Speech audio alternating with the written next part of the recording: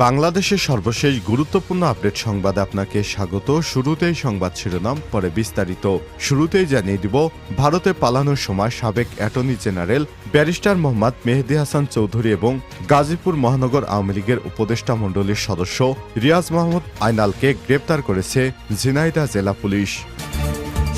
এরপর জানিয়ে দিব, সাবেক রেলমন্ত্রী মুজিবুল হকের সম্পদের পাহাড়। স্থানীয় জনতার কাছে ফেরাউন হিসেবে পরিচিত কুমিল্লার ১৪ গ্রামের সাবেক সংসদ সদস্য এবং রেলপথ মন্ত্রী মুজিবুল হক এর অনিয়ম এবং দুর্নীতির মাধ্যমে গড়েছেন সম্পদের পাহাড়।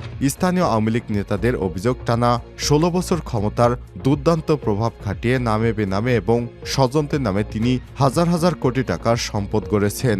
গাড়ি বাড়ি, প্লট, ফ্ল্যাট, কৃষি অকৃষি জমি, সিএনজি ফিলিং স্টেশন, হোটেল ও ইন্স্যুরেন্স সহ বিশাল সম্পদের মালিক তিনি।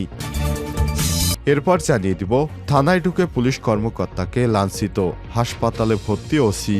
চাঁদপুর শহরের দুই পক্ষের সংঘর্ষের একটি ঘটনায় তদন্তকে কেন্দ্র করে থানায় ঢুকে এসআই আব্দুস সামাদকে লাঞ্ছিত করেছে একদল শিক্ষার্থী।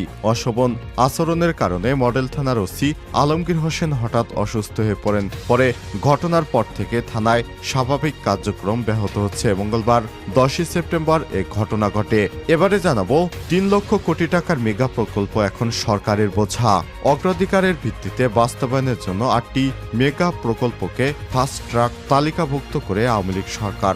বাস্তবায়নের ক্ষেত্রে সর্বমোট ৩,১৩,০০০ কোটি টাকার এসব প্রকল্পে সবচেয়ে বেশি অগ্রাধিকার দেওয়া হয়েছে। অর্থ সংকটের কারণে ২.৫ বছর ধরে সরকারের বিভিন্ন উন্নয়ন প্রকল্প বাস্তবায়নে ধীরগতি দেখা দিলেও অগ্রাধিকার ভিত্তিতে প্রকল্প মেগা প্রকল্পগুলো এর প্রভাব পড়েনি। তবে চলতি ২০২৪-২৫ অর্থ বছরে এডিপিতে বরাদ্দের ক্ষেত্রেও ফাস্ট ট্র্যাক প্রকল্পের অগ্রাধিকার দেওয়া হয়েছে। এখন এসব প্রকল্প নিয়ে অন্তর্বর্তীকালীন সরকারের উপর বোঝা বাড়ছে, কারণ এত বরাদ্দ দিতে গেলে অন্তর্বর্তী সরকারের অর্থনৈতিক সংকট চলে আসবে। জানিয়ে দিব, নিখোঁজের ৬ দিন পর যেভাবে উদ্ধার হলেন বৈষম্যবিরোধী আন্দোলনের কর্মী কদরুল। নিখোঁজ ৬ দিনের পর খুলনার বৈষম্যবিরোধী ছাত্র আন্দোলনের কর্মী কদরুল হাসানকে উদ্ধার করা হয়েছে।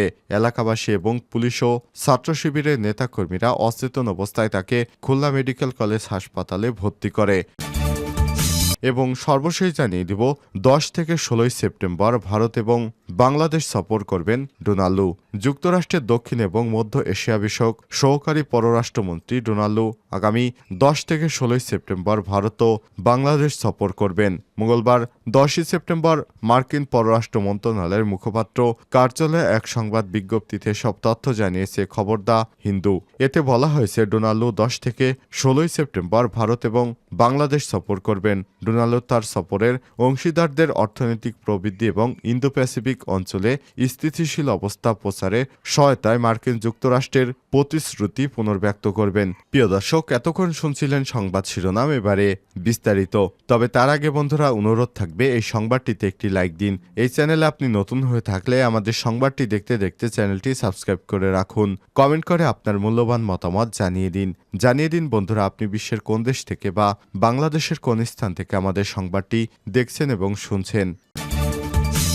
ভারতে পালানোর সময় সাবেক অ্যাটর্নি জেনারেল সহ গ্রেপ্তার ২। অবৈধভাবে সীমান্ত পাড়ি দিয়ে ভারতে পালানোর চেষ্টাকালে সাবেক অতিরিক্ত অ্যাটর্নি জেনারেল ব্যারিস্টার মোহাম্মদ মেহেদী হাসান চৌধুরী এবং গাজীপুর মহানগর আওয়ামী লীগের উপদেষ্টা মণ্ডলীর সদস্য রিয়াজ মাহমুদ আইনালকে গ্রেপ্তার করেছে ঝিনাইদহ পুলিশ। গ্রেপ্তারকৃত দুইজনই যথাক্রমে ডিএমপি আদাবর থানা এবং জিএমপি বাসন থানায় রুজুকৃত দুইটি পৃথক মামলায় এজাহারভুক্ত আসামি। পুলিশ সদর দপ্তর জানিয়েছে, সাবেক অতিরিক্ত অ্যাটর্নি জেনারেল ব্যারিস্টার মেহেদী হাসান চৌধুরী এবং গাজীপুর মহানগর আওয়ামী লীগের উপদেষ্টা মণ্ডলীয় সদস্য রিয়াজ মাহমুদ আইনালকে গ্রেপ্তার করা হয়েছে। অবৈধভাবে সীমান্ত পাড়ি দিয়ে পালানোর চেষ্টাকালে ঝিনাইদহ জেলা পুলিশ তাদের গ্রেপ্তার করে। এই দুইজন ডিএমপি আদাবর থানা এবং জিএমপি বাসন থানার দুটি পৃথক মামলার আসামি।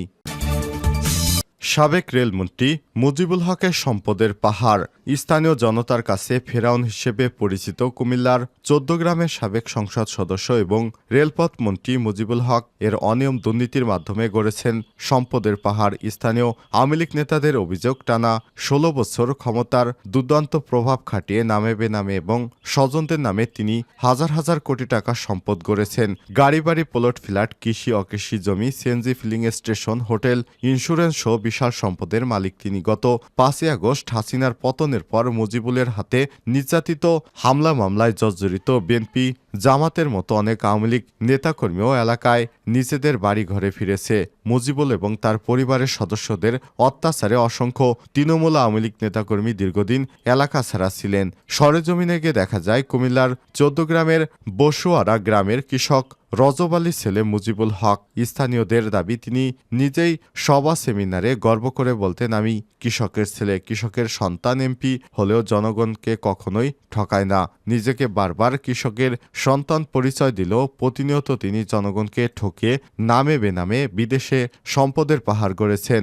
৫ই আগস্ট হাসিনার পতনের পর ১৪ গ্রামে মুক্তিকামী ছাত্র জনতা রাস্তায় নেমে আসে। বিক্ষুব্ধ জনতা ১৪ গ্রাম বসুয়ারা গ্রামে তার বাড়ি এবং কার্যালয়ে ব্যাপক ভাঙচুর চালায়। এর মধ্যেই পতন ঘটে অত্যাচারী মুজিবুল হকের অহংকার আর দম্ভের।